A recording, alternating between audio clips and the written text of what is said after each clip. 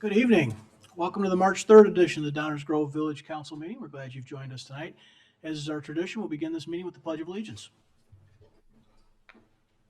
I pledge allegiance to the flag of the United States of America and to the republic for which it stands, one nation, under God, indivisible, with liberty and justice for all. Rose, would you please call the roll? Mayor Barnett, Here. Commissioner Sadowski-Fugit, Here. Commissioner Gilmartin, Commissioner Tully, Commissioner Davenport, Here.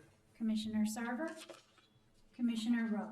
Here. As you can see, we've got a light house up here and a full house out there tonight. Item 3 on our agenda. Before I do that, looks like we've got some new faces. So if you want, on the right-hand side, there you see a counter to your right. There are copies of the agenda there if you'd like to follow along with the meeting tonight. Item 3 on the agenda tonight is proclamations, an opportunity for the mayor to issue proclamations, bringing attention to or highlighting or celebrating activities or other goings-on or people, events in our community. Tonight's has to do with National Social Work Month. Whereas the social work profession has for decades been dedicated to improving human well-being and enhancing the basic needs of all people, especially the most vulnerable among us, working against social injustice and advocating for the respect, dignity, and worth of all people. Whereas social workers enter the profession because they have a strong desire to help empower individuals, families, and communities, and to help our nation overcome issues that prevent us from reaching our full potential. Whereas social workers positively touch the lives of millions of Americans each day and in a variety of places, including schools, hospitals, the military, child and family welfare agencies, community centers, federal, state, and local governments, businesses, foundations, and private practice. Whereas social workers are often first responders to the human condition, providing crucial support and empathy in times of crisis. Whereas social workers are the largest group of mental health care providers in the United States, working daily to help thousands of Americans overcome mental illness such as depression and anxiety. Whereas social workers are on the front line of the nation's opioid addiction crisis, helping people get the treatment they need and prevail over substance abuse disorders. Whereas social workers are on the front line, whereas social workers have helped people cope with death and grief and help people and communities recover from natural disasters, including hurricanes, fire, drought, and floods. Whereas social workers have helped this nation live up to its values by advocating for equal rights for all. Whereas the social profession is one of the fastest growing careers in the United States, with over 700,000 social workers today and more than 80,000 more social workers expected to enter the profession over the next decade. Whereas social workers have continued to push for changes that have made our society a better place to live, most notably social safety net programs, and have helped ameliorate poverty, hunger, and homelessness. Whereas social workers endeavor to work throughout our society to meet people where they are and help empower people and our society to reach the goals they wish to attain. Whereas in 2026 Social Work Month theme, Social Work, Uplift, Defend, and Transform, honors the prime mission of the social work profession to enhance human well-being, meet the basic needs of all people, and put special attention on the needs and empowerment of people that are vulnerable, oppressed, and living in poverty. Social workers are critical to society as they help bridge cultural, political, and economic divides that all nations experience over time, adding positively to our efforts here at home in creating a more perfect union. Now therefore, I, Robert T. Barnett, Mayor of the Village of Downers Grove, do hereby proclaim March 2026 as National Social Work Month here in Downers Grove, and encourage all residents to celebrate and support the social work profession. Dated this 3rd of March 2026, in Downers Grove, Illinois, and we have our own social worker, Heather Lippy, here to accept this.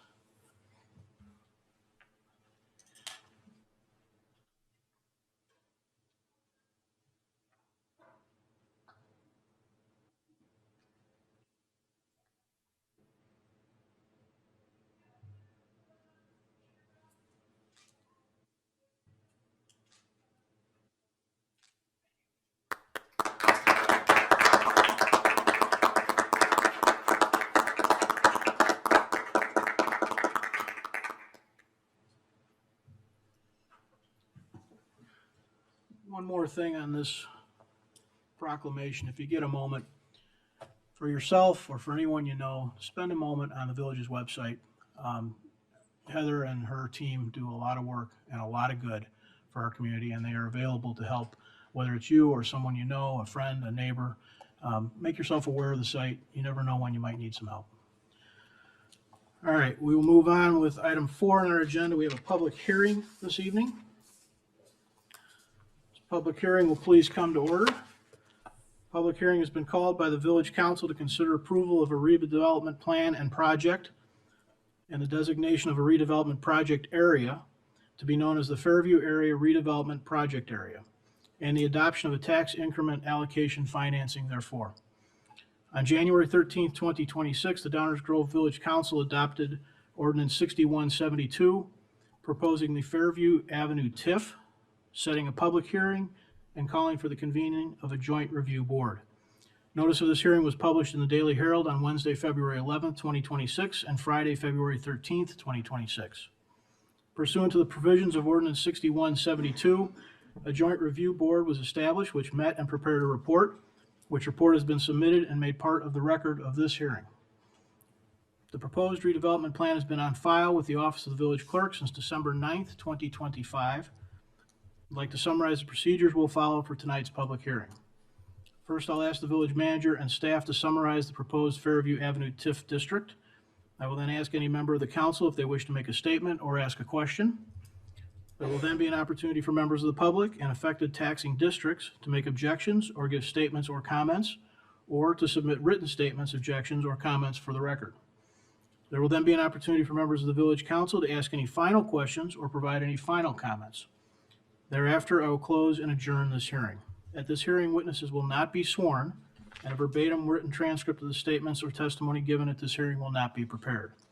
I now turn the matter over to the village manager, Dave Fieldman, who will introduce the presentation regarding this proposal. Thank you, Mayor. That is a lot of technical and important things, but here to make sense of all that and explain what's happening in plain English so we can all understand and follow along is our Community Development Director, Stan Popovich. Thank you, Mayor Fieldman. Good evening, Mayor and council members. Tonight I'm going to provide some background on the Fairview area and review the proposed Fairview Avenue TIF district. The area we're talking about is just east of us tonight. It is generally centered at Fairview Avenue on the railroad tracks. It runs east to William Street, west to Washington Street, and on the north it's generally Sheldon Avenue and 2nd Street on the south. In the guiding DG comprehensive plan, our vision talks about a strategic connection between downtown and Fairview. Both areas are to be visually appealing, culturally rich destinations, and attract visitors, residents, and commuters alike to these two areas. With regard to the Guiding DG Comprehensive Plan and the Fairview Focus Area, these are some of the key points of the Fairview Focus Area and the Guiding DG Plan, which includes a distinct identity for the neighborhood, improvement to all modes of transportation, foster mixed-use developments, and it's supposed to be a district to complement, not to compete with downtown Downers Grove. While Guiding DG was completed last year, we've been talking about the Fairview area for well over 15 years. The community has thought that this area is a diamond in the rough that could use a little help for many, many years. Our 2011 comprehensive plan provided key concepts for this area, recommended improvements for this area, and provided a transit-oriented redevelopment concept. And this plan was adopted in October of 2011. In 2017, we updated our comprehensive plan and updated these concepts for the Fairview area. So even in 2017, we saw a need for reinvestment in this area. In November of 2023, the council directed staff to implement the Fairview Focus Area Plan shown in the 2017 comprehensive plan. There were 7 key points that were identified, and we started to work on 3 of them, which included defining the area for this project to implement this, amendments to the zoning ordinance and zoning map, and then to identify streetscape and landscape improvements. We started in November of 2023 by reviewing what those recommendations from the 2017 comprehensive plan were, and we better defined the area under consideration. After many public meetings, in April of 2025, the council approved the creation of 3 new Fairview zoning districts, multiple rezonings within the Fairview area, and updated zoning regulations for the 3 new zoning districts. At the same time, the Guiding DG Streetscapes Plan was approved, which identified a variety of improvements within the Fairview area and also along the connection to the downtown. By April of 2025, the Village Council completed 3 of our 7 key points. Starting in November of 2025, we began to work on the next 2 items shown here. financial policies to facilitate redevelopment and to pay for public improvements. The financial policies identified for this area is a tax increment financing district. To implement the Gain DG plans and recommendations, the village identified the following action items: create pedestrian-oriented development that complements the historic building pattern, use the TIF on a pay-as-you-go basis to implement the Gain DG streetscapes and the active transportation plan improvements, and to start working with Metro on a potential redevelopment of the Fairview Station parking lot. To go over a little bit about what a TIF is, it's an economic development tool that can help the village accomplish the Gain DG vision and goals for the Fairview focus area. It is authorized by the state and uses revenue generated by the district for improvements in the district. It does not increase tax rates, but splits the tax revenue into two buckets: the base revenues for all local governments and the incremental revenues that are used for improvements within the district. The proposed TIF boundary is shown on this map. Again, centered around Fairview and the railroad tracks. The northern boundary is Sheldon Avenue, just south of Hummer Park. The eastern boundary is Williams Street. The southern boundary is 2nd Street, and the western boundary is Washington Street, just a little bit north of where we're sitting tonight. In December 2025, as the mayor noted, the village completed an eligibility report, TIF redevelopment plan and project report, and a housing impact study in accordance with the TIF Act. Within the redevelopment plan, there's a budget that is shown. You can see that budget here that includes financial assistance to the school districts located within the TIF boundaries. These set-aside payments are shown as expenses in this budget, and the net revenue projections within the reports have been adjusted accordingly. Reviewing our TIF schedule, the first step in the TIF process was completed in November of 2025. After tonight, the last two steps would be the consideration of ordinances to create the TIF at 2 upcoming April council meetings. Thank you, Mayor, for my opportunity to present the TIF to you tonight, and I'm happy to answer any questions. Thank you, Stan. Are there any comments or questions from the council?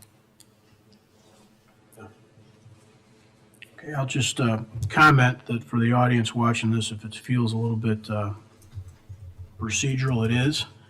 As has been described, we've been talking about this for a long time, but because state, there are ordinances and statutes surrounding TIFs, there are certain procedural elements that have to happen. This happens to be one of those hearings. It does provide an opportunity for public comment and input, and that's what we're going to take next. So is there any public comment or input on this TIF, proposed TIF district? Okay. Come on down.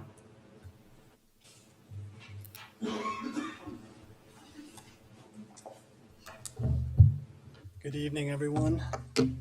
My name is Tim Postmas. I live at 225 5th Street here in Downers Grove. It's just outside the TIF district. My wife and I, however, own a commercial property within the TIF district. Just a couple comments tonight. I understand what the village is trying to do, and in most regards, I would support that. The thing that I'd like to just bring up to everybody is I just don't believe that a TIF, as it's designed in this circumstance, is the appropriate method to do that. It's not equitable, which is a term that we hear a lot these days, that a portion of my property taxes or a portion of someone else's property taxes be diverted to something that is a little bit ambiguous and not exactly clear. So we talk about streets and landscaping improvement, and those are great, and those have been well documented. But generally speaking, when we look at our tax bill every year, we know exactly where our taxes are going. And it's to support services that most of the time we directly benefit from, right? Whether that be schools, fire, police, libraries, etc. But by diverting funds from property taxes to support the possibility of other private entities using those funds to then develop is not something that I believe is equitable. I don't think that I should have to pay for another business owner to improve his property any more than I think that they should have to pay for a possible improvement to my property. I just assume that I'd be able to use funds for my own property and improve my own property. The other thing I would like to just point out, as I'm sure many people in this room have done if they've taken any college classes, which is a basic economics class, you probably remember learning about laissez-faire, which is basically a French term for less is more, right? And if I can read here directly, it's basically a hands-off approach where individuals are left to act as they choose, especially in economic matters, without government interference. More specifically, a policy opposing government interference in economic affairs, allowing markets to self-regulate. When we think about a TIF district that's been implemented, and it's been implemented many times throughout the state of Illinois, there's no doubt about that. I had another building that was in a TIF district. I get it.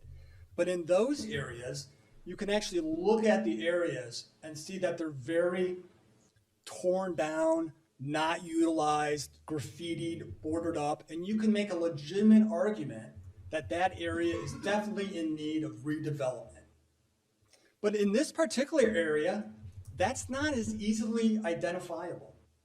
You can drive the area, and I've driven the area frequently, and while the buildings and the parcels are older, they are all utilized. There are very few properties in the TIF district that are vacant, if any at all.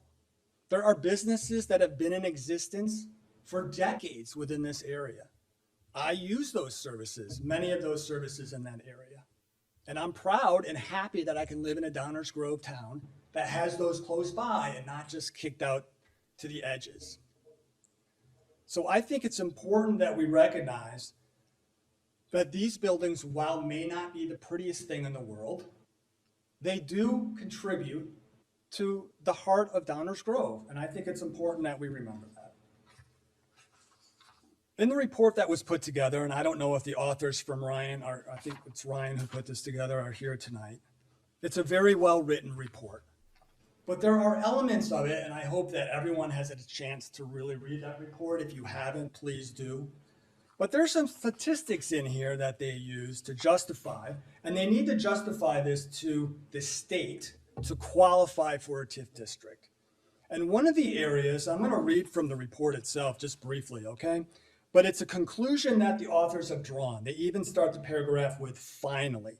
And they write, finally, the growth of the equalized assessed value, which is the EAV, of all the properties in the study area was found to A, have increased an annual rate that is less than the EAV growth of the remainder of the village for 3 of the 5 past years. The qualification factors discussed within this TIF qualification report qualify the RPA as a conservation area, and that this term hereunder defined pursuant to the act. So you have to have 3 of 5 years of an EAV that's less than the area. Folks, council members, this is the most disingenuous use of statistics that I have seen in some time. And I hope that you can pull the report. I have a copy here, and you can look at that again. It is factually accurate that in those 3 years, from 2020 to 2024, that 3 of those 5 years did indeed were below the other parts of the district, parts of Downers Grove. But when you look at the 5 years in continuous and put those 2 years back in that they skipped, the TIF area actually increased in AEV by 34%, 33.94 to be exact, over those 5 years. The rest of Downers Grove, not including the TIF area, only grew 21.08. So the author of this report is trying to convince us that the EAV in this area that we're talking about is underperforming relative to the rest of the Downers Grove, when in fact, it's actually smoking it by over 60%. Absolutely smoking it. And here's the interesting part. We're only talking about 2 percentage points here, but the CPI growth, so the inflation indicator for those 5 years, is 21.13. That means that the rest of Downers Grove has underperformed, barely, but nevertheless underperformed relative to inflation. Again, I feel like the report author is completely disingenuous with this reporting. They always say that you can get any statistic to support your conclusion, and that's exactly what this is. Technically, they met the parameter. They got the 3 out of 5 years. But really, in the end, the EAV in the area has just completely outperformed everybody else. It's important to know that there's a lot of people outside of the TIF area who would love to see improvements to that Downers Grove TIF area, and I get it. But the fact is then, everybody in Downers Grove should be meant to pay for that, right? If everyone in Downers Grove is gonna benefit from that type of thing, then everyone should contribute. And I'm not going to sit here and say that that the council is being nefarious, but the fact remains is that it would be very difficult for incumbents to seek re-election and raise taxes on all of Downers Grove. Very difficult. But what they can do is put in a TIF district. And only a few people need to approve it. There's a lot of people that are probably thinking right now, wow, Tim, you're standing up here against the TIF. And you probably will benefit from the TIF. I probably would benefit from the TIF. But as I said before, when we look at how the government is using the TIF money, and we go back to that laissez-faire approach that I mentioned earlier, one of the things that I remember from my economics class is having the light hand of government involved with businesses, right? The feather light hand of government. And that's something that I espouse to. And I hope that and wish that other people would too. That doesn't mean there's not a role for government. I didn't say there's no role for government to play. I just said the light hand of government to play. Creating a TIF for this area is not the light hand of government. It is the absolutely heavy hand of government. It's a government that is trying to force a viewpoint that they share. And by the way, you've been very clear about it, right? To Stan's point, it's been going on since 2011, right? All changes against that. And those things need to happen. But those discussions should be happening in conjunction with the very people that are impacted the most by that. And the impacted people are the ones in the district itself. I met with Commissioner Gilmartin on this separately. He's not here today. But we discussed our own personal views on this area. And there's nobody in this room that would say, yeah, this area doesn't need a little bit of help. But what it appears to me and many other people that I've spoken to is that the engagement is like at your Thanksgiving Day dinner where the kids get put off into a separate table and the adults are having their own discussion. And that discussion is it's about the kids, but it's not including the kids in the discussion. And that's what's happening. And I encourage Commissioner Gilmartin to have more conversations. And I want to encourage you as commissioners as well to do that. Have direct conversations with the people that are impacted, with the business owners, and say, this is what we'd like to do. Would you be open to having a conversation? And that's the light-handed part of government that I think is critical. Absolutely critical, because that's the role they can play. They can facilitate. But to simply pass some type of district where we can just take money and use it in the fashion, even though it's altruistic and important, maybe if a treescape gets done in some other part, I think there's other avenues by which we can do that. So I would just encourage you, although I suspect that my comments here won't change any minds, but I would encourage you to please consider using different or alternative methods to create the development opportunities that exist in this area. And then one last thing I'd like to point out. There's probably some developers here tonight. I haven't met all of them, but I've met a few. I've never met a poor developer. Never once.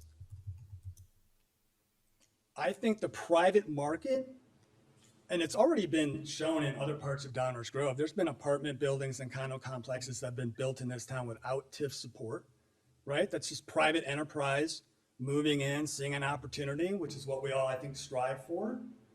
There's plenty of opportunity for a private developer to meet with another owner, being facilitated by the village to have a conversation about what can be done with a specific parcel or a combination of parcels.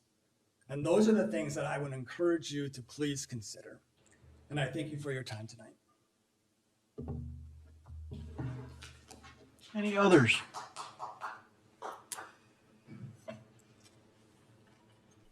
Any other comments for the hearing? Please, come on down. And my name is Tim Caldwell. I live at 5 4th Street. That's the corner of 4th and Williams. And I understand that Pepperidge Farm sooner or later is going to move, and that TIF district will probably be housing 2nd Street and Williams Street, which goes north and south Williams. It's going to impact the traffic for sure. I mean, they can go west and hit Fairview and the trains, and that's all gonna back up. It backs up now. So now, William Street is gonna be a main thoroughfare. Now, I don't know how many apartments, condos, or what's planned for that area where Pepperidge Farm is. But I think it's gonna certainly impact the community, not just Williams, but the entire community. I'm also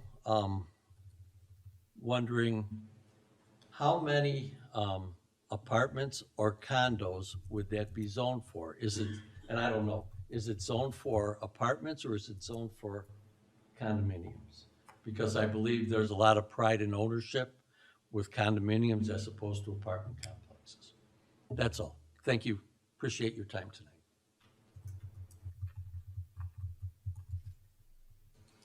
Any others?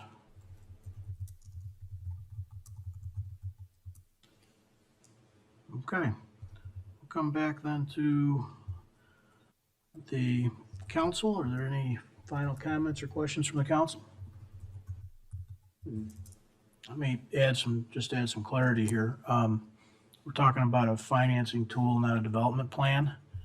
So there is no particular understanding at the village that Pepperidge Farm is going anywhere. In fact, they're a valued employer in our community. They've been here for decades, and as far as we know, they're staying. What this is a way to finance mostly public improvements, and if you've paid attention to the way the village has operated Ogden Avenue and the downtown, it's a way to potentially have additional funds available to facilitate certain transactions. If you look at that list that Stan had up previously, an estimated budget, you can see in there that of $28 million, the vast majority of that is public infrastructure improvements. One thing we have discussed is potentially doing some redevelopment with Metra of the village's parking lot. That it too would take some revenue. And so this is a way to find opportunities. They have some revenue available to do that kind of work in this area. It's also, I think, really important to understand, Stan tried to put it in the picture with the buckets, but let me just make clear, this does not divert tax dollars. This takes potential future growth. It doesn't take the future tax dollars. It takes some of the potential future growth. So the tax dollars folks are paying right now are going to go to the very same places they're paying it right now. That's an important thing to understand about the tool itself. So it actually works better and generates more revenue if in fact there is redevelopment, private redevelopment in the area. Any other comments or questions?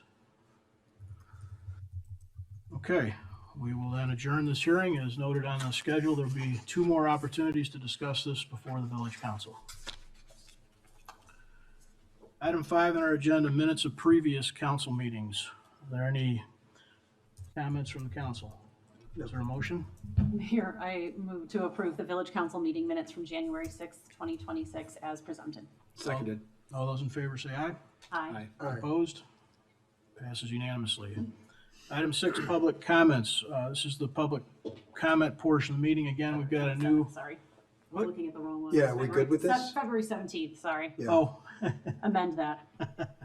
I was looking at one of the old council meetings that had the thank you. public hearing on it. Thank you for the clarity. We're going to continue with public comments portion of the meeting. As I mentioned before, we have some new folks in the audience, so bear with me. I'm going to read a few rules. Some of you have been here before. I know you've heard these, but if you haven't been, it's a good thing to understand. There are, in our meeting, several opportunities for public comment. One is right now.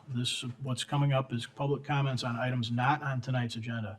It's important to remember that each agenda item will have additional opportunities for public comment, all of them, active and first reading agenda items. So again, this is the time for items not on tonight's agenda.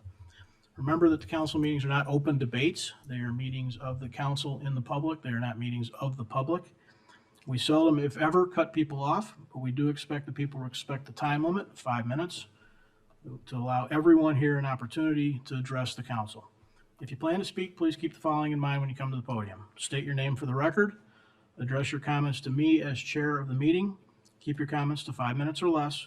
Avoid repeating what others have already said. It is okay to say you agree with a previous speaker, and you'll hear that up here as well.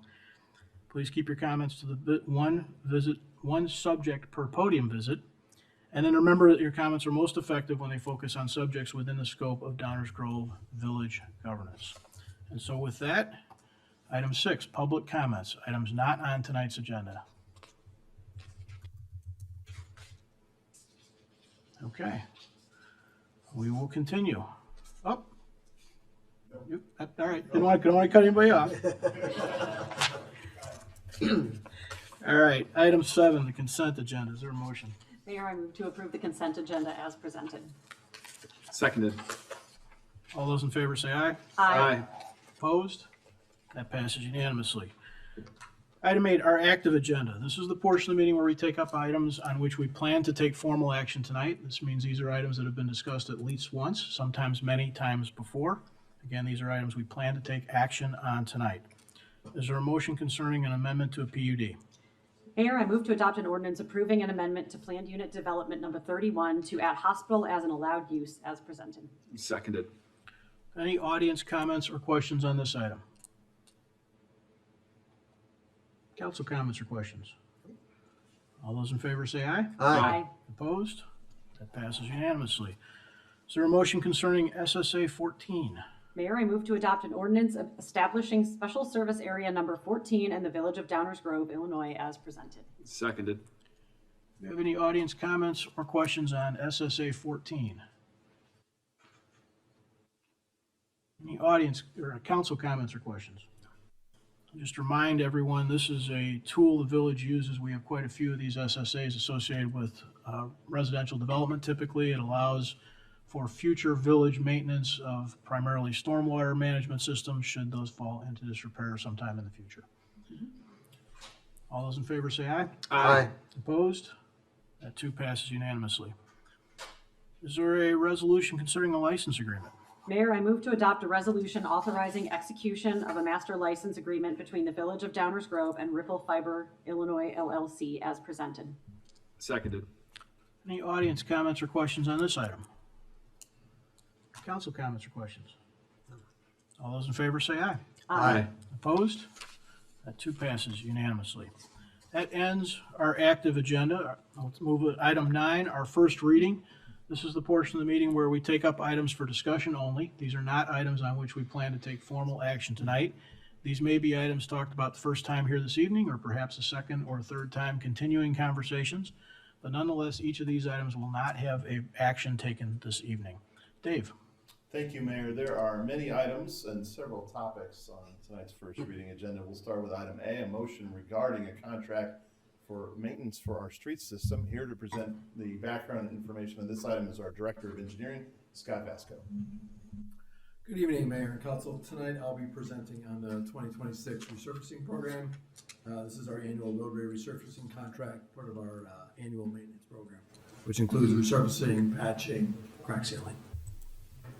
So, a little information on this project. It includes approximately 6.37 miles of roadway resurfacing throughout the village at a cost of $3,448,400. The village put this project out in February and we received 3 bids. Builders Paving LLC was the low bid for this project. The project is scheduled to be done this year between April and October. And if you might recall, Builders Paving was our contractor from 2025 as well. They did a great job. They've also done good work in Carroll Stream, Bloomingdale, and St. Charles. So. And then this last slide here is just a presentation of the list of streets that we'll be resurfacing this week, or this year, apologize. Wish we could do it this week. With that, I'll open it up to any questions you guys might have. I'll just add a couple of things. I noticed it was just over 6 miles of resurfacing. That's on the higher side. We've had some as low as 3s and 4s in years past, so we're doing a great job working through our list of streets. And this will be the first year that we'll be implementing portions of the active transportation plan. You may remember that it has an intersection improvement, a set of recommendations. So when we come across street segments that are subject to those recommendations, we will be making those improvements as part of this contract. So now all the tough questions go to Scott. Thanks, guys. Any audience comments or questions on this item?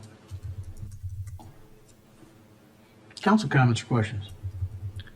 Actually do have one that I thought of after the fact. Have we at any point looked into any resurfacing? I know that like a lot of the binders tend to be a lot high in petroleum. Have we looked at all kind of into that content, and if there are any ways that we can reduce our use of the petroleum-based products? We did look at it a little bit over the winter this year.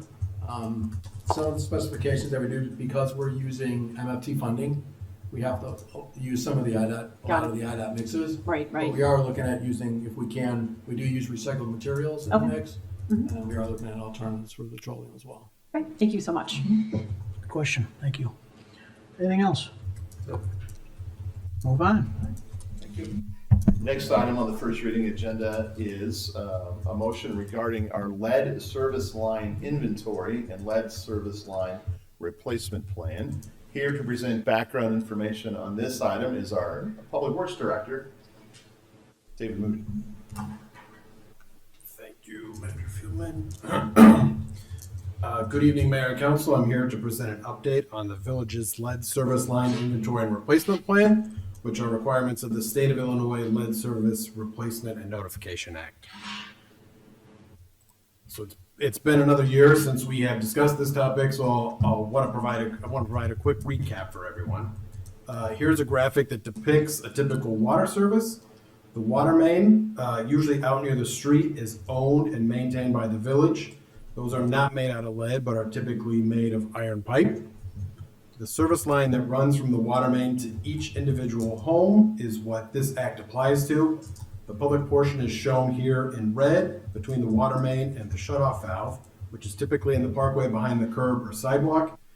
Then the private portion of the service is shown in green, which runs between the shutoff valve and the home. This act pertains to the entire service from the water main all the way into the home.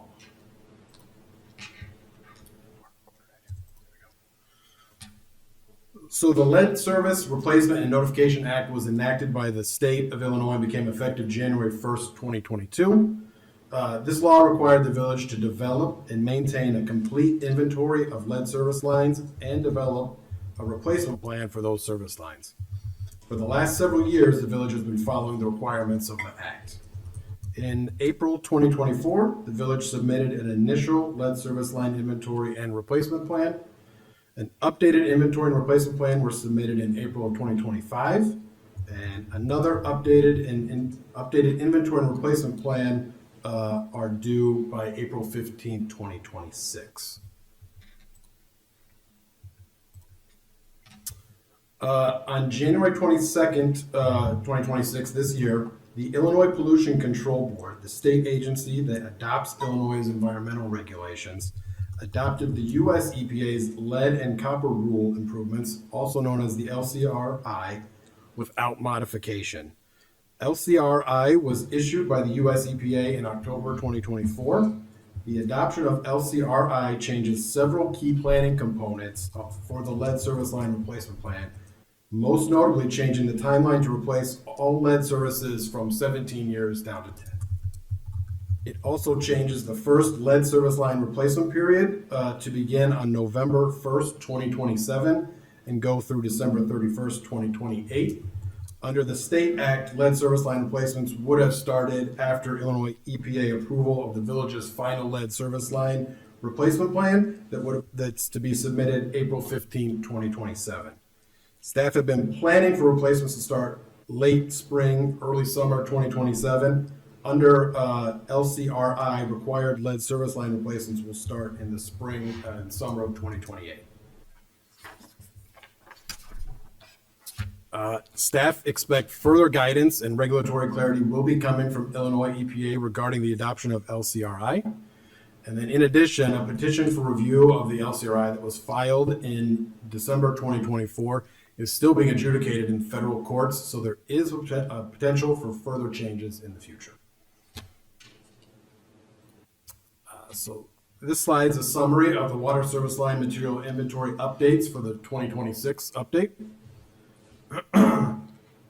So far, we've identified 1,287 known lead service lines, 181 galvanized water service lines requiring replacement, 1,126 are still an unknown material. Staff estimate 45 to 70% of those unknown service lines could be lead. The main takeaway here is that the village estimates there are 2,594 lead service lines in need of replacement. When you get to that number, I skipped a note here. Any of the unknowns must be counted as lead under the act. So that's how you get to that 2,594. This number is a worst case scenario. It's unlikely that all of the unknown service lines will be lead. This number is a key component for the lead service line replacement plan, and based on a 10-year replacement timeline, the village will be required to replace 254 lead services per year for the next 10 years.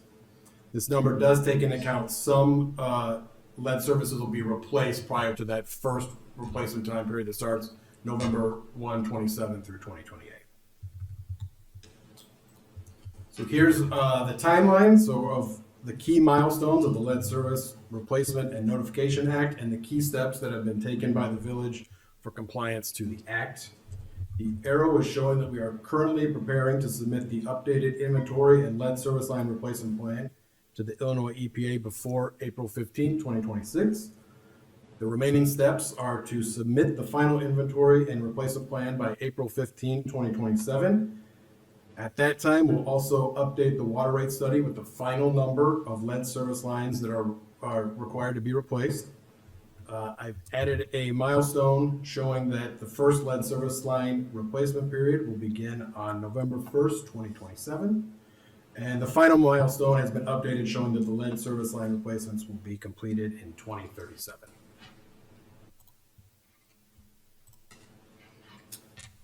This slide, shows the next steps we will be taking for this project, and they include that we'll continue to identify lead service lines.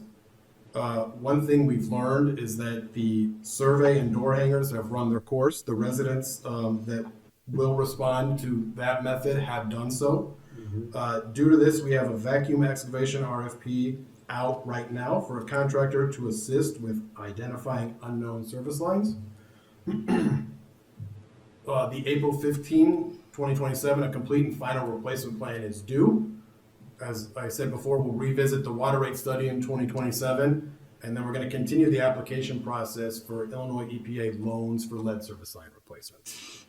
And with that, that's going to wrap up my presentation, and I will open up for questions. Thanks, Dave. Do we have any comments or questions from the audience on this?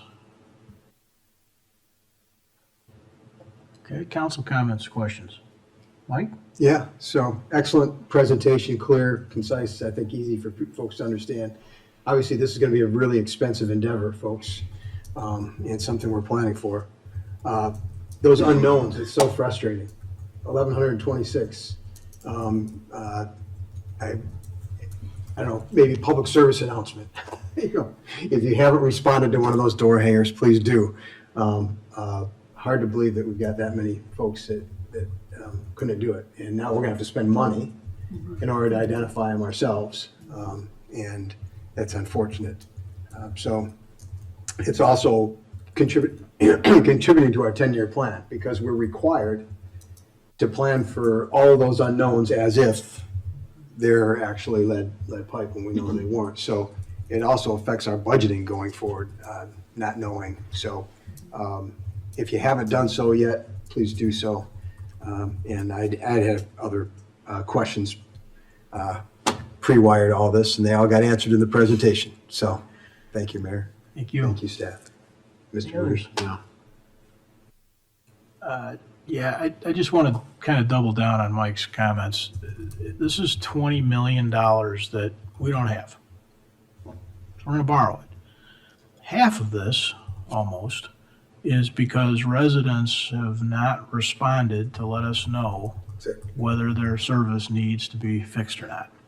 So just think that math through, guys. This is a big deal and real money. So if you haven't responded and you're watching this, please do. If you're out looking for some exciting thing to talk about at a cocktail party or dinner, maybe mention it to your friends or your neighbors. But it's huge, guys. I mean, our annual budget is like $60 million. We're going to borrow 20 to do something that we weren't planning to have to do.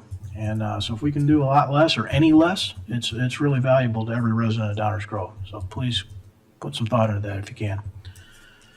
Anything else? Okay. Thank you, Dave.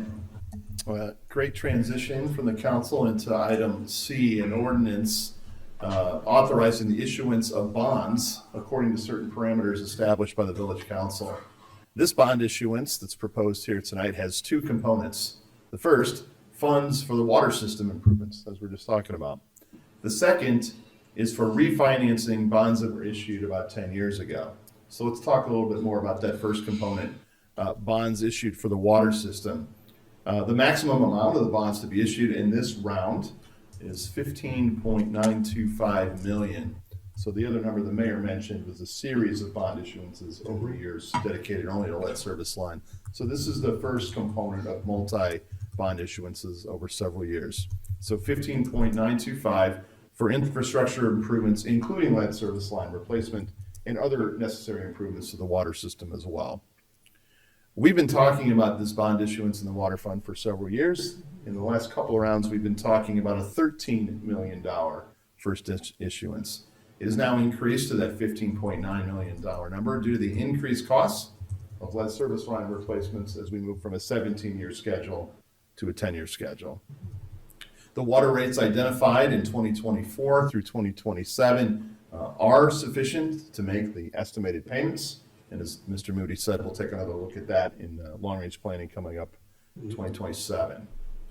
The second component is good news. It's a refinancing of bonds we issued in 2016. This refunding, as they refer to it, is up to $4.7 million of existing debt. And it saves us money due to a lower interest rate environment than when these bonds were issued 10 years ago. In fact, the minimum amount of savings, according to the parameters in the ordinance, would be $190,000 over the remaining time period, which will pay off those bonds.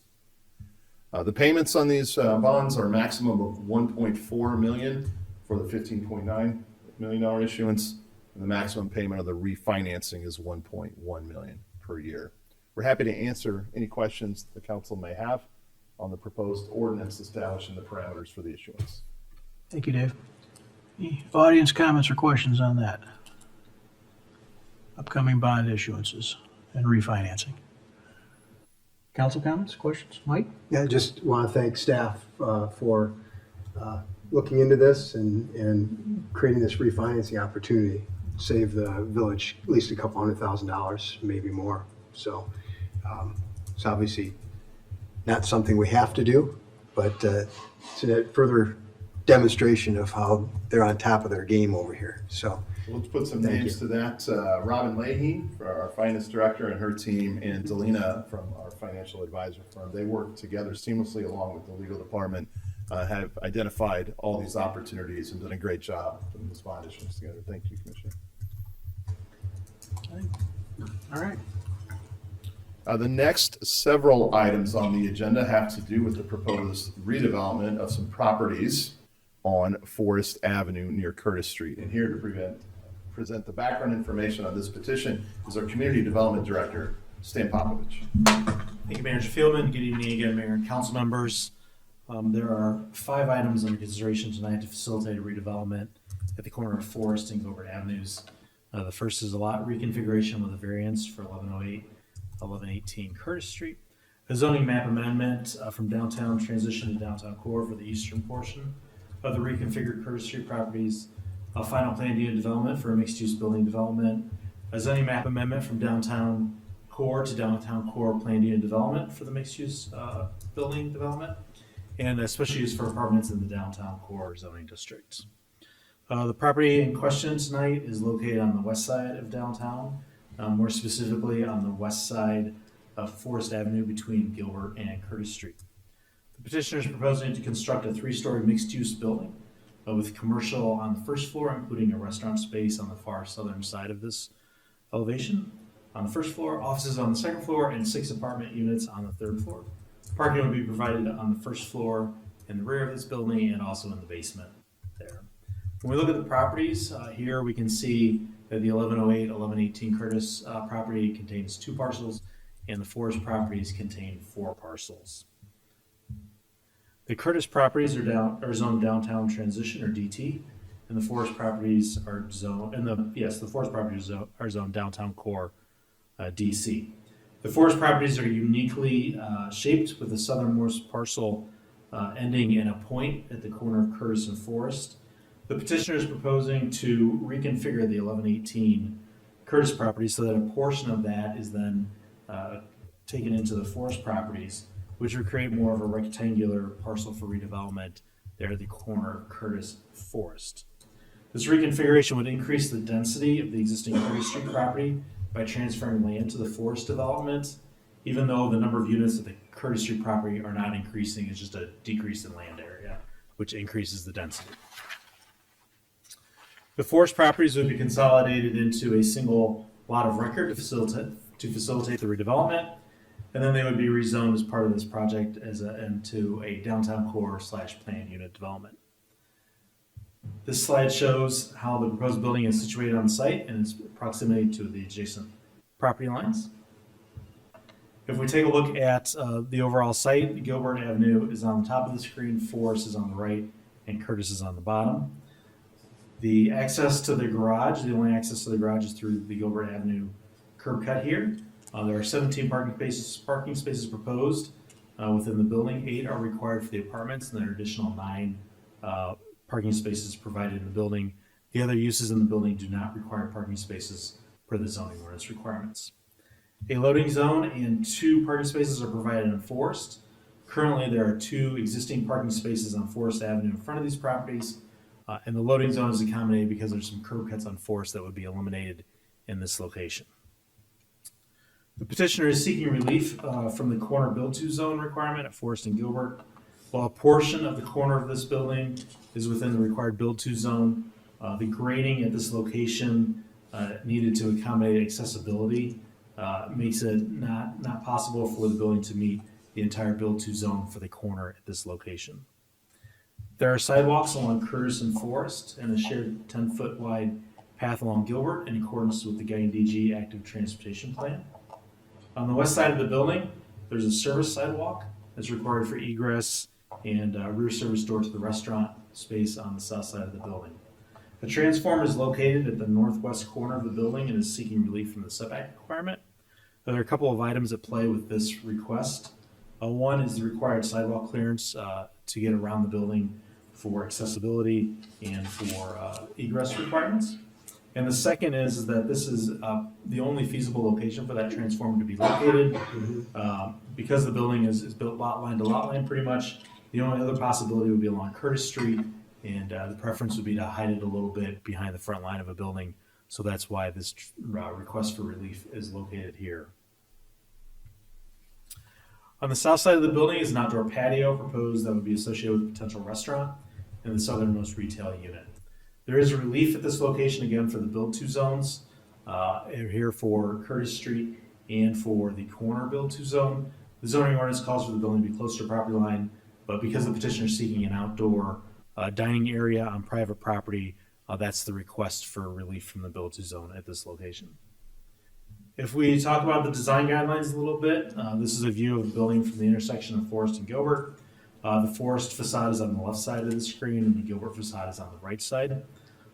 As discussed earlier, you can see the sidewalks that surround the building and are connected to the retail entrances and the lobby for the second and third floor units. Building materials are brick, cast stone, and metal panels. Storefronts along the front facade create a visual appeal, and windows throughout the building are in rhythm as identified and needed in the design guidelines. With regard to massing and bulk, the balconies and articulation break up the overall planes of these two facades as shown here, and break up the massing. The lobby entrance for the second and third floor units is in the middle of the forest facade. It's visually inviting and is a prominent feature on the east facade. It is articulated and elaborate and has a unique cornice as entrances should have as they're identified in the design guidelines. Similarly, the corner entrance at Forest and Gilbert is visually inviting with cast stone and brick. The cornice feature here is prominent as well. And because it is on a corner, it's articulated and elaborated for its importance and respects the curved corner of the Burlington Station development across Gilbert Avenue. The building also has horizontal expressions identified here in green that include awnings on the first floor above the entrances, and then the balconies for the second and third floors as well. The roof line and parapet are an expression of form with horizontal bands of brick and cast stone and parapet height differentiations through these two facades. The garage entrance and the trash rooms are off of Gilbert Avenue and are within the building, so they are not visible from the street. So that's another thing in the design guidelines, is to hide some of those necessary items, but not very viewable. And again, that's why the transformer is located where it is. If we look at the south corner of the building, so this is from Curtis and Forest, with Curtis being on the left, and you can see the Forest facade on the right side of this image. Looking at the south element, you can see the corner is again a prominent, is very prominent with its vertical elements and storefront windows. Windows are in rhythm. It's articulated and elaborated for its importance on the corner. And then the outdoor patio is located in this location as well, which provides some activation along the street. The roof line here you can see as well is articulated and provides a good top to this corner of the building.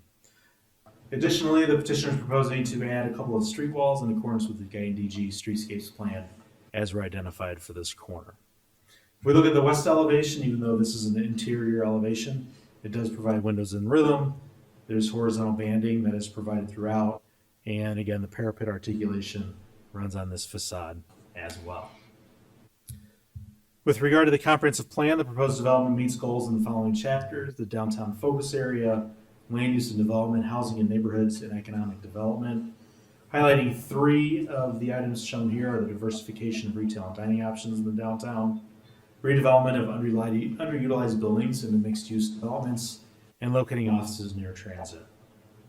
The Planning and Zoning Commission considered this case at the February 2nd meeting and found that all the standards associated with the request were met and recommended approval of the project. I'm happy to answer any questions tonight, Mayor, that you and the council might have. We also have Kelly and Don with Brownstone Homes here tonight as well, and they have a brief presentation. Thank you, Mayor. Thank you, Stan. You guys want to go next?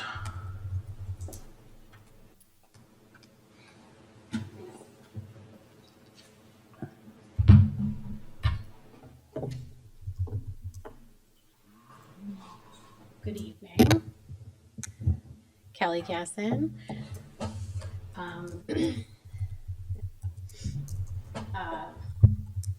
You have unknowingly maybe signed up for a little story time with Kelly real quick, okay? Your project is like a love letter to Downers Grove. That's from an anonymous source still unknown to me. I heard it through the grapevine. We surely do believe that is the correct sentiment. That little guy in the center of the heart, he's my son, and that's a snapshot of him getting behind the scenes look at the workings of the new candy shop on Main Street. His dream is to own and operate a shop of his own one day. That was the candy shopkeeper's dream too. On the frigid evening of the candy shop's grand opening, I stood outside waiting for there to be room to shuffle in. The owner's dad and I struck up a conversation. He talked about how they looked for a retail space in Downers Grove downtown for more than a year before that current space became available. We reflected on the booming progress of Downers Grove. And he said something that really stuck with me. He said, and I quote, "Downers Grove is getting everything right that other nearby towns have been getting wrong." He may or may not have mentioned our neighbor to the east that begins with West. Not important. But I'd like to take a moment to recognize and thank you, Mr. Mayor, commissioners, staff, all your parts in all these recent wins for our village. We have new developments popping up for recreation, dining, quality living. We have a world-class children's hospital on the horizon. We're being protected by one of the only 2 fire departments nationwide to have earned accreditation as a fire prevention and life safety department. Congratulations on that.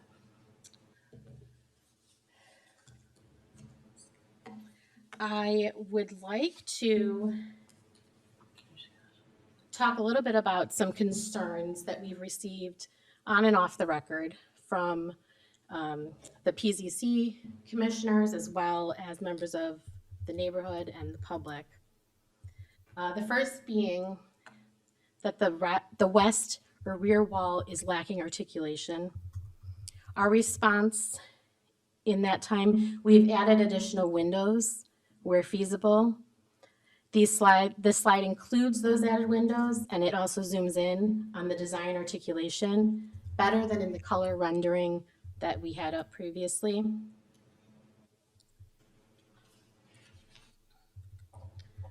The next concern was about the building height and mass perhaps being too much for this site. This slide shows various pictures of nearby, immediately adjacent structures. The existing buildings to the west, to the north, the northwest, and to the southeast are all at least 3 stories tall with similar massing. And going even further, the style, materials, and colors that make up the Forest Point building complement these surrounding buildings, some of which are almost 100 years old. I cannot think of any other remaining corridor in town, especially downtown, where such consistent design and complementary style exists between buildings that have been built over a span of 100 years. This is something we were very intentional about and we're very proud of. The next concern involved the proposed possible outdoor dining area on the Curtis side. Some of the neighbors asked if there was a way to provide some type of barrier that would define and envelop the outdoor dining space as a way to contain the atmosphere and prevent it from encroaching on the adjacent nearby neighbors' privacy. Our plan, if we end up with a restaurant in that space, is to work with the tenant to create a contained outdoor space by means of landscaping, utilizing structures and native plants and shrubbery as permitted by the village during the permitting process. The outdoor dining area at Giamia is a good example of the type of barrier we would be looking at. We have to be careful to maintain proper sight lines at this corner for the safety of everyone. We have a good relationship with the adjacent property owner to the west, and we will be working together with them to come up with the most aesthetically pleasing solution for on all sides of the courtyard. And those are just some projections, not promises.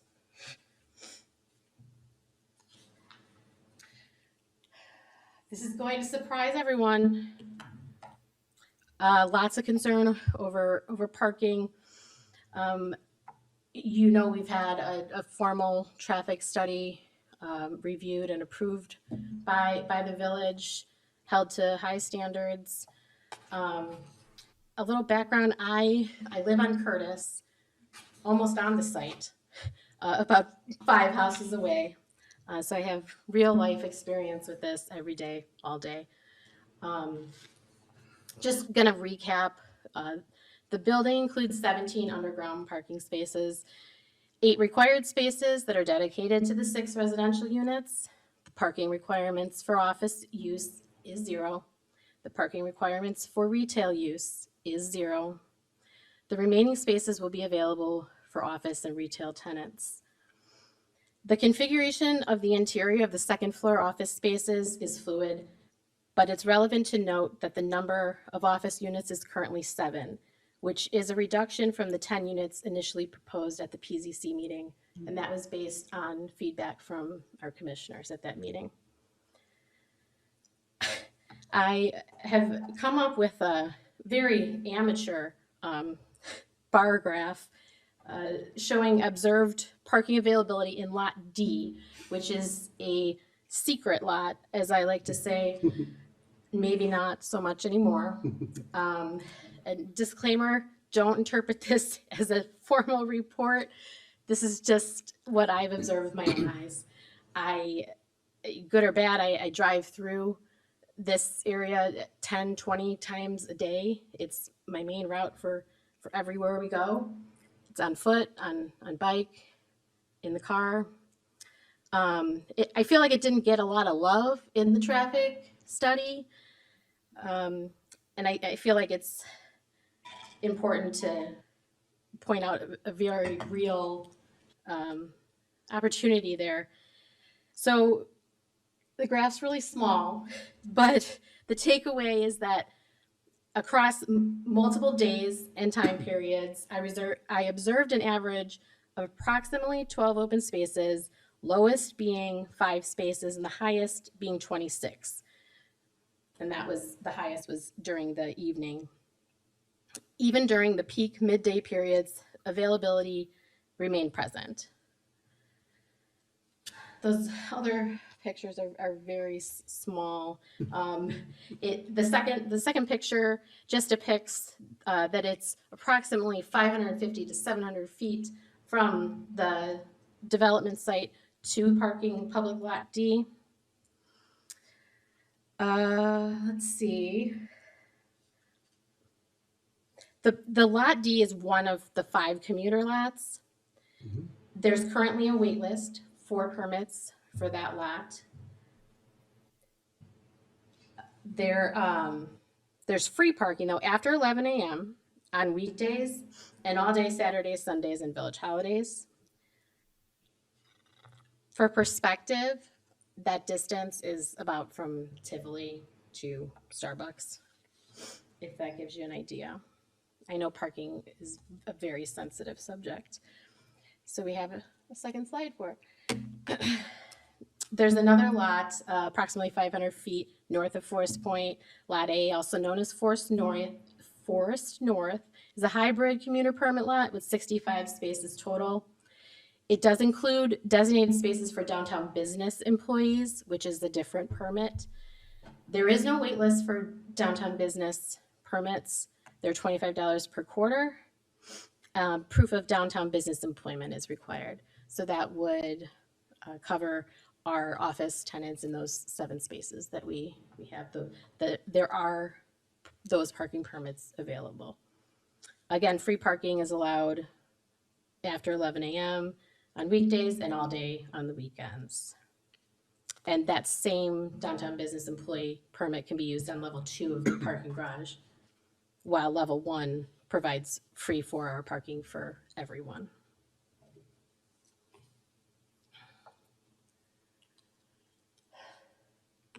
Super small, don't try to read it. This was my first time around with Park District donations, that process with a new development. I think we're all ready for summer. The Tuesday night concert series lineup just came out and we are so ready. The Park District does such an amazing job with their events at Fischel Park. I wanted to know more about how those donations work, So I got in touch with Park District Director McAdam last week. He explained that the donations from new developments are put toward capital and that they are most often used toward improvements at the park or facility in the closest proximity to the building. In this case, literally steps away at Fischel Park. The playground at Fischel Park was just replaced with new equipment and surfaces that are ADA compliant. The improved surface replaces the dreadful wood chips and makes it much easier to traverse the playground with strollers, canes, and other mobility devices. Per their website, as of today, they have 2026 planned improvement projects listed, one being a fencing project at Fischel Park. They also have $100,000 budgeted for ongoing accessibility improvements at parks overall. I reached out to Director McAdam again to inquire about the possibility of them installing an adaptive or inclusive type swing structure that's missing from Fischel Park, and it seems to me like there's room for it. They have those at many of the other community parks. So I'm waiting to hear from him on that. I just think that this is something I didn't know about before this project, and I think it's wonderful to see the donations from developments. And although our donation is modest in comparison with maybe the 200 unit development, I think that it's wonderful to see it turn into something tangible and meaningful for the kids, adults, senior citizens of all abilities, especially at a destination park like Fischel Park with all the events that they host. So I look forward to hearing back from them about that donation allocation, how it might unfold. But in the meantime, let's celebrate the 80 extra minutes of daylight that we're going to gain in March, and then start the countdown for the first Tuesday night concert.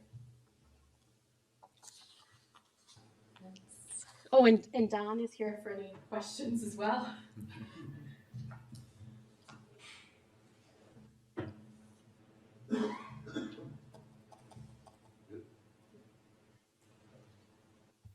I'll just say a brief word. I'm Don Brown. I'm the owner of the building and the builder of the project. And I'm just excited to get it going. It's been kind of a dream of mine, born and raised in Downers Grove. And I feel like this project itself will definitely enhance and make the downtown better. So, I mean, I know everybody's talked about everything else going on, so lead it up to questions, and we have any answers. Thank you. Okay, audience comments or questions. If you have comments or questions on this, there's 5 agenda items. We're kind of talking about them all at once. There's a lot reconfiguration, 2 rezonings, a special use, and a planned unit development. If you have any comments or questions on those items, please come on down to the podium. Remember the rules from before. Try to keep it to 5 minutes and address your comments to me.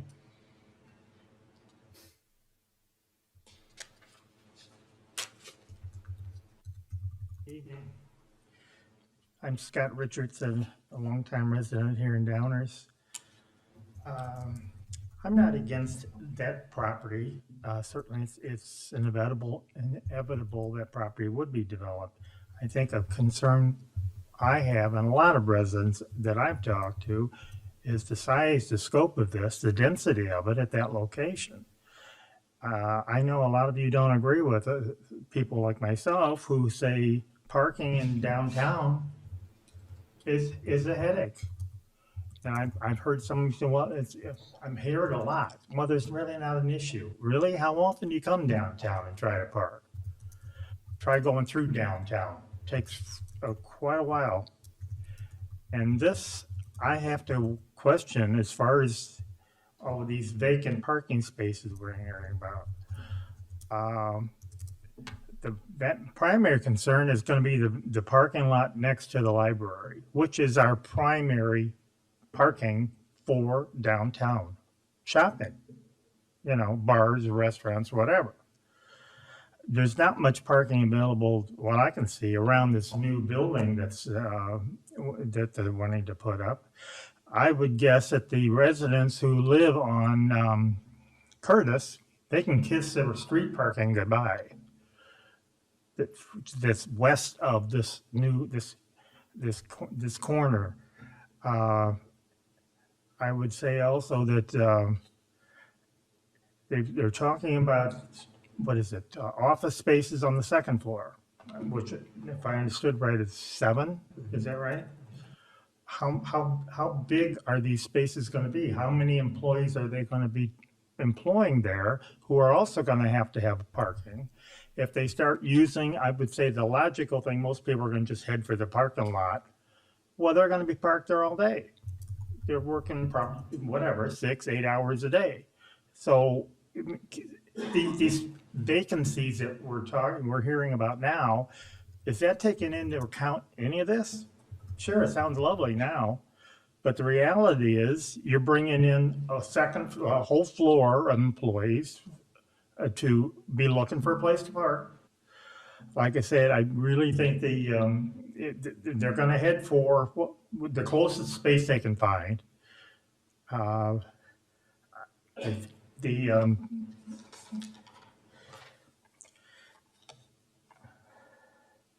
The restaurant and the retail on the first floor, are they taking into account restaurant population? I mean, that's part of the issue downtown now, is our so-called grandiose food court that's coming. And we've already, last year, we had 23 parking spaces, I literally counted them, that were given to the restaurant. Now, whether they're paying for it or not, I don't know. I hear the sidewalk, yes, are they paying for the spaces, the parking spaces they take? They better be. It's supposed to be public parking, public sidewalks. Which now is like running the gap just to get down the public sidewalk with all the tables and chairs we have to contend with. And we're coming into that season again. We're going to run into the same thing to this, or are they going to stay confined to that corner or on the south side of the new building? Those people are going to want to come in and they're going to want to park as close as they can to the restaurant. Nobody ever wants to walk more than, a block to anything. The retail have no idea what kind of traffic that's going to generate. So it's going to be, I'm not against the development of it, but the density of this, I think, is ridiculous for that location. And it's getting, how much is too much is what we all ask. How much of this stuff are you going to allow? And just traffic seems to be just the least worry that you folks have. Well, we need development. Okay, where are these people going to park? If you can't park anywhere, I'd be going down in the next town over.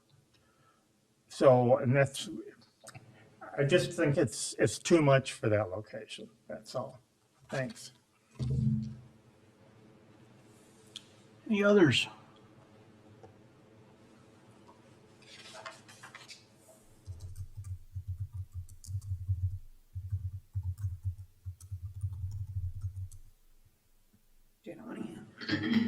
Of course, I agree with Mr. Richards.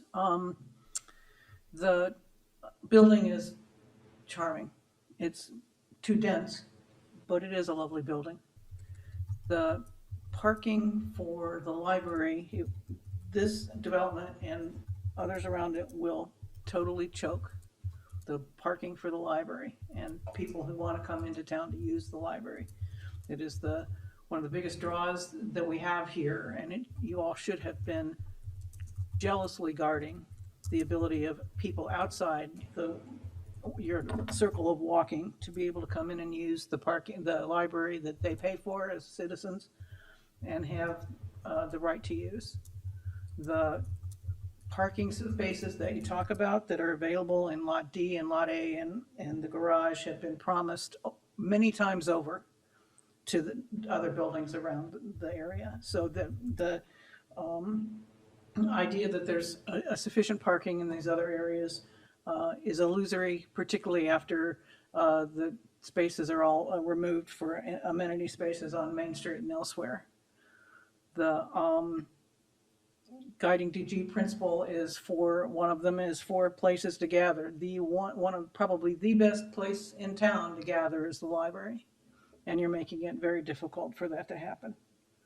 So I would suggest that there be some consideration of how you're going to protect the rest of the citizens, the rest of us who live outside the walking area, to be able to access and enjoy the town that we love and that we want to use.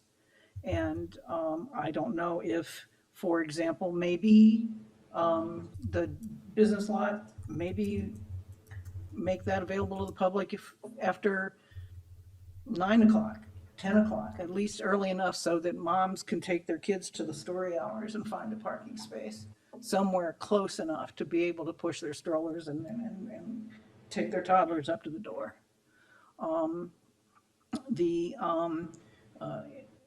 Uses of the property, the restaurants, your own parking study says restaurants require 45 spaces. You never haven't put that in place and you've totally ignored it, but restaurants have a high demand for employee management and customer parking. The office space, there's no indication whether some of these will be service providers that their clients will need parking. The retail probably will want parking.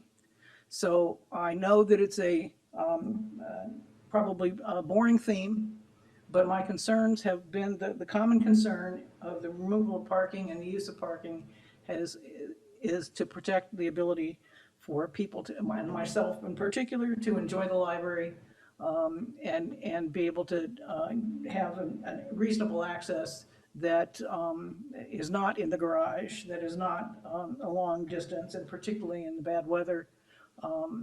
I want to be able to have convenient access to the library, and I think that every citizen in town should have convenient access to the library. So those are my thoughts. Thank you. Others on this item?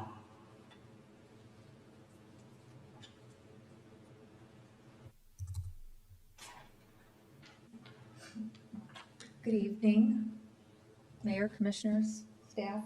Great to be here tonight. I'm Teresa Schultz. I have a commercial real estate business in downtown Downers, and I wanted to put some light on the start of the project, what's there now, which we did not highlight in any of the pictures. A little bit about my introduction to Don Brown and my professional experience in the downtown, and a little bit about the commercial demand. So that kind of puts a lot of things into light of what Mr. Brown is going to be bringing to us in downtown. So one important thing to keep in mind is we are full of the downtown commercial district. We may have one or two small vacancies. They are filled very quickly.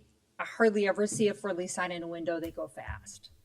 So I have a very strong group of offices, retailers that are waiting to be a part of the downtown. So with that said, we are also full, which means we are seeing right now what it's like to have the parking situation is pretty much at its full, it's at its full, I don't want to say demand, but it's not that there's a lot of vacancy in town and we're going to lose a lot more parking. We are at a full capacity right now. And as I meet with retailers that want to be in our community, some will wait, and they are waiting for space to come available. Office tenants, which is a big push of mine, I've been meeting with quite a bit of professional groups, engineers, law firms, accountants that are looking for good quality space in town that's ADA accessible, that has a sprinkler system, and there is not that availability in town. So I am showing space in downtown Naperville, downtown Hinsdale, but they love Downers Grove because of the express line. And you have to put in your equation that there are groups that will want to be here because their employees will use the express line. So not 100% of them will be driving into the office. And I don't have space for them here. We don't have space for them here. It's a great problem, but Don is able to solve some of these things by bringing onto Forest a multi-mixed use building where a lot of these developers want to do 100% residential. He is diversifying that and bringing some office and retail. And I'm very excited about that. And I think it's going to do extremely well. One picture that you did not see is what the buildings look like now. I was in charge of selling one of the parcels, and it's one of the middle parcels that has been vacant for many years. The garage is falling down. the investor was ready to sell this off. And I had other investors that said, Teresa, I want to buy it. I think that the value is going to be there. I'm just going to hold on to it. I had another group that said, Teresa, I think this is an interesting play. Maybe we can, can I put another house on there? It was all about residential. When Don came forward, not only was he interested in this parcel, but he's like, Teresa, let's do something bigger. I really see the demand that you have in town, and let's look at the lot next door. We did. It's another building that's in disrepair. And Don had a bigger vision. He goes, Teresa, I think that we can take this block and make it absolutely stunning. Let's bring something beautiful. I'm willing to invest money into the community. And it's a lot more than these other developers that have approached me that would put into a block to bring commercial along with residential. You could have been in front of a group that wanted 100% multifamily. I truly believe that you took a risk in bringing something else that's not 100% residential. So it's really excited about that. And that is, what we're looking at. So I want you to keep in mind what was there. Also, there's 2 properties there now. They're now vacated, but there was businesses there that 2 of them were mental health groups, and they had a lot of people coming and going from that property. So there was already a parking situation that was there. So it's not like we're replenishing with 100% need for parking. There was already businesses there, and there was already parking that was going on that street in the parking lot. So, so I just wanted to bring that into light. And I do hope that you support this. Another aspect to this is we need to expand our downtown. If we are full and we don't have the vacancy, the only way to bring more in is to build more. And I think we need to expand our boundaries of our downtown district. We're so focused on Main Street, there's no more room on Main Street. It works on Mokel. You allowed it on Mokel. It works on Washington. There's some commercial in Washington. This allows us to bring another thoroughfare and expand the boundaries a little bit more west so that we can grow our commercial outside of just thinking only about Main Street. So thank you so much.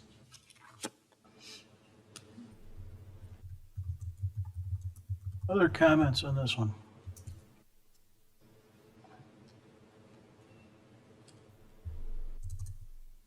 Hi, Gloria Walshrock.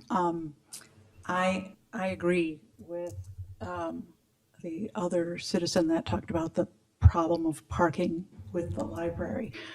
I'm thinking about other area libraries and how they're situated in relation to large business or mixed use residential and business buildings and what their parking lots are like. I know that that parking lot is not the library's lot, it is a village lot next to the library, but this building will be right next to that library.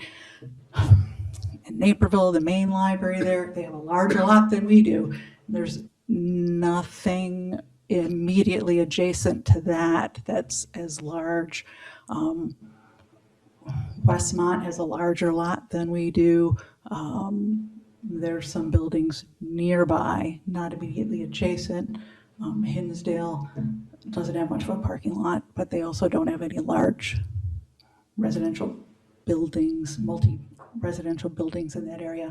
I think it's something that really should be considered because, like she said, there's always moms with strollers, there's senior citizens trying to get there, there's families trying to get there for story times. I worked at that library and we had to rotate our parking because it was difficult for employees to park.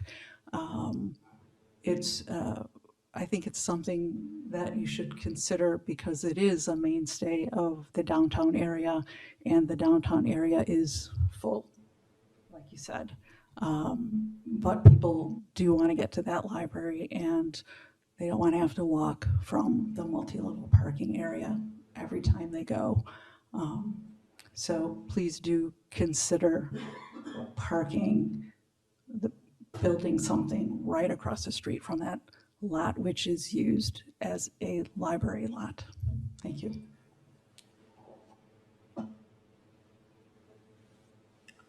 Any other comments on this item?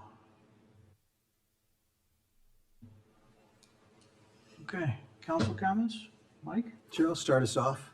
I'll start off with something I was going to say more towards the end of what I was, my comments tonight, in light of some comments that have been made. So to address parking straight on, I think some valid points are being made about density and about parking. It's actually a good problem to have, right? People want to be here. People want to go out to eat here. They want to come down to the library. They want to do business here, rent office spaces. These are great problems to have, but they're still problems nonetheless. And it's probably getting a little overdue for us to maybe look at another parking study or something in the downtown area and see what needs to be done. Because there's been a lot change. I think the last time we did a parking study was 2019. So a lot has changed in 7 years. So something for future councils to consider, for sure, but not something really for us to consider as it relates to this project. Traffic study was done, and with just skipping all the details, in conclusion, the development will be a good complementary use to the downtown. Traffic generated by the development can be accommodated in the surrounding street network with only small impacts during certain busy hours. Loading and pedestrian improvements will complement the area operations. And that's the opinion of the parking and traffic engineer that did the study. And I went through and looked at it. Seemed like it made a lot of sense to me. We also could have been looking at something in terms of this development that was even denser and more than what's being proposed, right? What we're looking at is this project right now, and the fact of the matter is that the code requires 8 parking spaces for the residential units. There are 9 additional parking spaces that are being provided for office, or however they want to parse it out. Bottom line is they're providing twice as many parking spaces than what's actually required for this project. So it's hard for me to look at this and think about denying something based on not enough parking being provided, right? I don't think that's something that makes sense and not something I'd be interested in doing. All the work that we're doing with guiding DG and all this planning that we've done is all been about creating an environment for things like this to happen. So, going right back to where I wanted to start was some congratulations actually to the petitioner putting together a really great proposal here, in my opinion. There's a few things in here that, I tried, I really did. I tried to nitpick this a little bit. Hearing that you've even done a little bit more to address that west wall, which joins the side property, and in providing a little bit more articulation of the facade. Really appreciate that, because that's something I do get concerned about. Sometimes we're just looking at the front of the buildings and everybody gets excited about that, but there's a whole bunch of people that are gonna be seeing what this looks like kind of from behind. And our design guidelines here were followed, I think, pretty well in getting some articulation there. And had a little bit of, if I'm gonna really nitpick, I'd say maybe that southeast corner, our design guidelines, 4A.3, which governs, states that the corners need to be articulated and elaborated for importance. And that was certainly done at the northeast corner. I don't know at the southeast corner if it's really as intentional, but the nature of kind of the lot and the way it's comprised, in the way that the building comes to kind of a point there, I think I'm good with it. I think it really just the fundamentally, it does meet the intent of what we were looking for in terms of this corner articulation. The variations that are being sought for relief from the build to zones. The irony is that relief from the build to zones at the two ends of the building actually help to better provide compliance with the downtown design guidelines that we have. So a little bit of irony there. So I think it's completely appropriate, as well as if we think about what the intent of the build to zones are all about. It's about creating a street wall, a consistent street wall, at least down the block. This building occupies the entire block.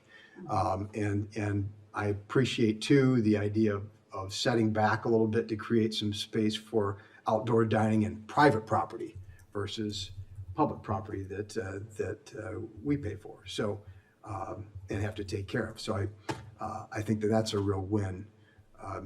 The regular lot shape, it creates the need for, I think, some of these proposed variances, especially insofar as the setbacks are concerned, and especially with the expectation of a reasonable return on the investment. I mean, this is really kind of hard to do and hard to plan. So congratulations on, I think, a pretty great plan that in terms of the aesthetic and putting together something that you think will work financially for you. It's exactly what we were looking for in terms of the comprehensive planning, this mixed use, the retail, restaurants on the first floor, getting some office space above that, and some residential on the top floor. I think I think this is really almost exactly what we were looking for in terms of some of our planning. Let's see, 40-foot loading zone on Forest. That'd be really helpful so that we don't have those Amazon trucks blocking traffic right there. And also maybe something got overlooked a little bit is the 10-foot multi-use path along Gilbert, which is also something that extends our active transportation plan and I think will create a nice environment for pedestrians at the north end of the building as well. In terms of the variances and such that are being sought, I mean, I think the summary that staff has put together is excellent. The presentation that was put together is excellent. And we definitely have compliance with the comprehensive plan in terms of the mixed use of commercial service, retail, office, et cetera. Compliance with the land use map, the compliance with the zoning ordinance, with the lot configuration, the related variance. The proposed project will offer a mixed use project that can provide better architectural detailing, street walls, storefronts, and gathering areas as recommended in the comprehensive plan. Compliance with the downtown design guidelines, I've already kind of hit on that. It was mentioned in the presentation here a little bit about donations. So I don't want that to get lost in all this either. Part of the subdivision ordinance requires donations to several entities. So we've got a $52,261 donation in total, with which $37,000 or so is going to the Park District, $10,000 to Elementary School District 58, $3,900 to High School District 99. It's not nothing, folks. It's certainly appreciated and helpful. So it benefits other groups as well, right? Already kind of touched on the traffic and parking a little bit. So I guess maybe also want to congratulate and thank the Planning Zoning Commission for their work on this. 6-2 vote. I didn't agree with the dissenters on that. It was primarily based on parking and density, it seems, and I don't think that has like I said, a basis really in this this thing that we're considering right now. But I think by and large, I agree with staff's assertion that the petitioner has met the standards of approval for a lot configuration special use, 2 zoning map amendments, plan unit development, and variation as required by the Village of Downers Grove zoning ordinance. So right now, I'm obviously very much in favor of what's being proposed. I think if we had said a little prayer and asked for something, this is maybe what we would have got in terms of an answer. So thank you, and I look forward to moving this forward. Thank you. Thank you. Anyone else? Leslie, go ahead. I do agree that this is really the type of mixed-use development that we're looking for in this area. The fact that it is, I do not have as much of a concern with density, especially knowing that only the top floor is residential. Then we have some office space and some retail. I think those are going to make for people using that building at different times. And I, again, appreciate the addition of the extra parking that is on top of the 8 that were required. So I appreciate that. I think that will help with the staff. One thing that's useful to point out is that after 8:30, if you have a business permit, you can park in any of those lots. So like the one on Burlington, north of Orange and Brew and Pinecone, the one on the other side of the tracks. I know that a lot of the folks who work at some of those businesses typically park in those lots when they're working. So that is a pretty commonly used lot for the people who are working in that area.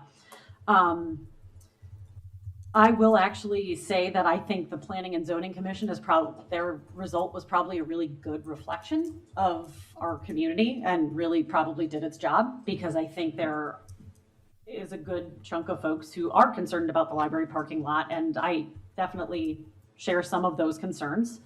I don't think it's going to prevent me from being in support of this, because again, we don't have a requirement for parking for restaurants and some of those other types of activities in the downtown specifically. So I think that this is an excellent development. I appreciate the thoughtfulness with regard to the variations and why they're there. All of the changes to make that articulation and make the building really look good from every corner. I think that there was a lot of thought put into that, and I think that's really valuable. And the only couple of things, like I said, they're not going to prevent my support of this, because I do think that this is a good proposal and a good location. But I don't have an issue with the retail. I do worry a little bit if it's kind of a larger full-scale restaurant. It might be a little easier sell if it were something a little bit more like a coffee bar, or I know in the materials there was something, related to like a bakery or something like that. That would make it, I think, a little bit easier to stomach. But I know we have no control over that. One thought that I did have is I do wonder is there any way that we could even provide like additional signage in some of those areas to remind folks that Lot D exists? Because that actually would be a really convenient parking location for this particular property, but I don't think most people really even know that it's there or what we're talking about, and we could probably put that on a map. No, truly. I mean, it really would help. And I think that that's one of those areas that people forget about, particularly in the evenings. You're right. If they're kind of in that area towards the library. I do think that that's a spot that gets overlooked sometimes. I am over there pretty frequently. I am a regular at Orange and Brew. And I honestly have never had an issue with traffic, with parking. We go to the library all the time with my daughter. Sometimes we have to park in that lot just north on Burlington, but I don't think it's quite as critical as sometimes it sounds. And knowing that Lot D is there, and we have a few extra parking lots that are going to be close to, especially Gilbert there, I don't have quite as many concerns. The only other thing that I had out of curiosity is, are we looking at tree loss here, any tree loss here? And if so, are there going to be any new things planted? That is something that we've kind of been trying to consider, and we're going to be taking up a potential tree ordinance to at least incentivize folks to try and keep trees. So that was one question that I had was I know there's a few there kind of at the back of those properties that face forest, and just curious about where those were. I think that's all I have. Yeah. I think so. Thank you. All right. Anything, Rob? Yep. So I'm going to keep this short because you two addressed quite a bit of what I planned on talking about. For starters, I think this is an incredible addition that's consistent with the comp plan. This mixed-use building is exactly what we were looking for in what I think is almost an unfinished part of town. That's something that Therese brought up, is those buildings are, I drove past on the way here, they're dark, and they've been dark. And this is a spot that's been totally unfinished. This is a building that, I mean, if you look at it, it's beautiful. I mean, it looks like, I'm looking almost like at Tivoli 2.0 up there right now. So I think that this is going to be the extension of the downtown just by looking at this. I do agree with my fellow commissioners that this meets all of our guidelines for the variance, for the zoning map amendment, the PUD, the special use. But I want to back up one more step here. One thing I noticed in listening to Kelly's presentation is you already were making changes based off the PZC meeting that you had. Yep. And I want to make sure that's noted, that you reduced the density because of what was said at the PZC. You added windows to the back because of the PZC. And that willingness to work is appreciated. And I want to back up one more step to parking. So I understand the concern for parking, the concern for the parking lot in front of the library, but we're looking at an application that exceeds our zoning code for parking. And if I've got an application that exceeds our zoning code for parking, I find it difficult to deny an application based on parking when it exceeds our requirements. What I hear is complaints about our zoning code, not about this application. So I want to make sure I'm clear that these parking requests are heard. We hear you, and something that Mike brought up that I agree with is maybe we do need to look at the parking study, and on the next go around on our long-range plan is maybe that does need to be looked at again and make sure that we're still consistent. So, but yeah, that's it. Anything else? Mike? This one question I forgot to ask about that transformer at the northwest corner, being 1 foot off the property line. What's the screening going to be around that? And also, sometimes transformers can make a little noise, a little hum, that sort of thing. So perhaps we could get something there a little more robust than just a wood fence. I think that there's just west of that spot too, isn't there a little little pocket park at the end of Georgian Courts? Gazebo, Georgian Courts. Yeah, so just thinking about aesthetics and such there a little bit. And then another point of clarity, because there's been a few mentions of kind of expanding the downtown. This is already zoned downtown core, with the exception of the little slice that that's coming to us from the neighboring property that's currently downtown transition. So this isn't really an expansion of the downtown in any way, shape, or form. This is what it's zoned for. So I just wanted to kind of let me clarify too. What I meant was what I see with this building is framing the downtown. Oh, sure. And that's really what I'm seeing. So yeah, no, I agree with that. Okay, I'm not going to repeat what any of my colleagues said, except I will say I agree with them all. I'll also remind everybody the downtown core zoning here was super intentional, 2017-ish. We went through a pretty extensive rezoning of almost, I'm not going to say all the properties downtown, but most of them, very much designed to create some certain environments. And this size of a building right here was exactly what was intended by that effort. That effort was a couple of years, I think, in happening. It also put some limits on some spaces, like Washington, for instance.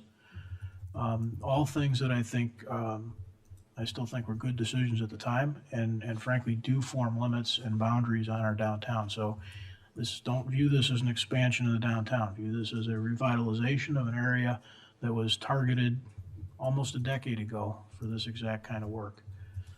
So I don't have anything else to add. And just to wrap this one up, then for follow-up items for next week, consider signage directing people to Lot D, information on the tree impacts of this proposed development, and information about the proposed screening of the transformer for visual and noise. And with that, we'll go on to our last item on tonight's first reading agenda, which is consideration of an ordinance amending brewing facility liquor licenses. Our current code for brewing facility limits the liquor sales to the sale of beer produced on the site. This proposed amendment would allow for the sale of alcohol produced on-site and off-site as well. We already have two brewing facility licenses, one that allows full alcohol and one that would allow beer and wine only. This ordinance would also create 4 of the full alcohol amended brewing facility licenses. Any questions? Good news, we have our attorney in Petrarca right here to answer these questions. Thanks, Dave. Any audience comments or questions on this item? Council comments? Yeah, just a quick comment. It looks like this is just something where we're kind of keeping up with the current trends of things as things evolve, right? This wasn't something that was really contemplated too many years ago. So appreciate us kind of responding to that and making, creating an opportunity for people to enjoy. Thanks. Yeah, go ahead. Here's a question, and I'm still trying to wrap my head around this, and I did ask this and when we talked, but I know that this is our stricter regulations, right, in terms of keeping with what types of establishments we have. And so I know that I had expressed interest that if we're, serving cocktails, my personal preference would be to make sure that there was food there, but regardless of if it's a brewing facility or not. But can you again just kind of explain why we're choosing to only do this for specifically a brewing facility? Is it just because this is the petition that is in front of us? Why we are choosing to expand the. Or just a brewing facility, yes. Is it just because this is the only petition in front of us because it is a brewing facility? This is the petition in front of us. And we currently have a brew facility license that only allows the sale of the beer that is produced on site. Right. So we had a petitioner come forward requesting to also sell alcohol, full alcohol, in addition to the beer that is produced on site. And it has nothing to do with if they, have a full kitchen or whatever or not. It is just in addition Correct. to.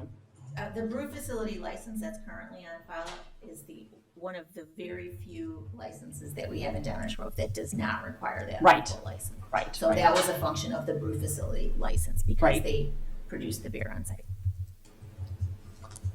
To clarify? Yep. Okay. Want to do something different? No. Okay. Okay.